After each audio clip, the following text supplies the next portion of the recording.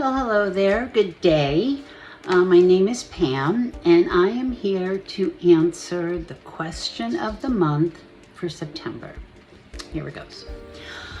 Do you feel that being an HIV Stops With Me spokesmodel can be a heavy burden?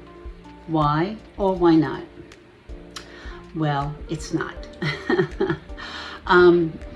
For me, being a spokesmodel for the 2022 campaign, and for the first time in my life, I found has been a blessing for me. This platform has allowed me to reach more people in various communities of Suffolk County and Long Island. And if you're watching and you're from Long Island, you know exactly what I'm talking about. And through methods of advertising, whether it be social media, billboards, commercials, events, and of course, and so much more importantly, outreach.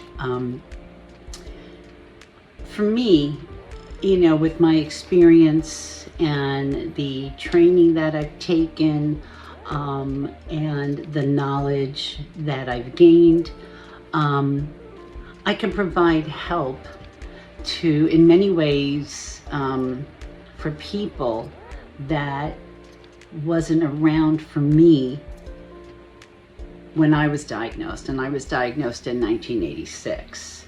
And so from the 80s and 90s, and probably, if I'm correct, into the early 2000s, I didn't have this. I didn't have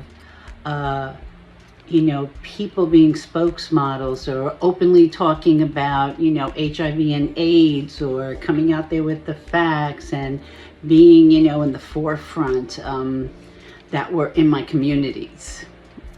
And so it's been a blessing for me to be able to be someone who can do that for someone else. And, I've come a long way with the understanding and acceptance, I should say, of my diagnosis, knowing my true value and self-worth, speaking up and speaking out, which has also empowered me, and also in hopes of empowering others. I would say the only hard part of being a spokesmodel, as well as in the field that I'm in, is trying to reach people, talk to them, to keep them informed, and then watching someone just kind of walk away. So it kind of feels a little disheartening, because, I want people to understand and be well informed.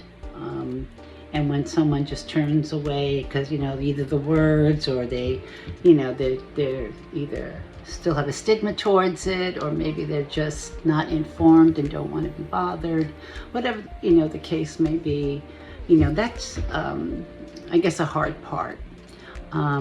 Also, another obstacle that I find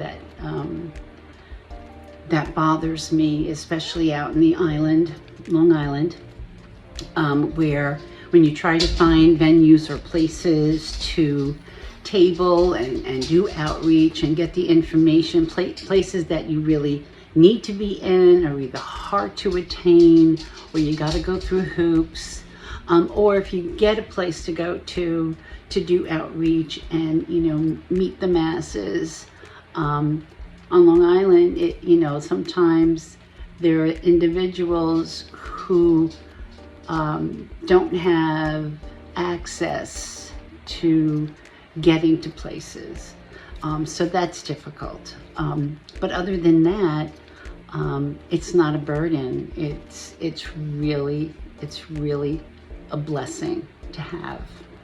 And for me, as long as I continue to work with the organizations that I work with, whether it's healthcare facilities or community-based agencies, or the icing on my cake for this year, being a spokesmodel for the campaign, which I hope I can continue to do into the next year.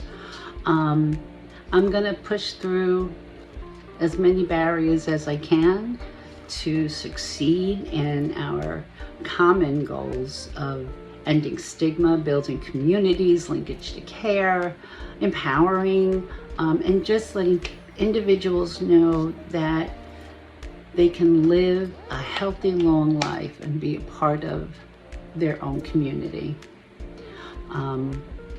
And so, yeah, this is my why it's not a burden, and it's more of a blessing in disguise.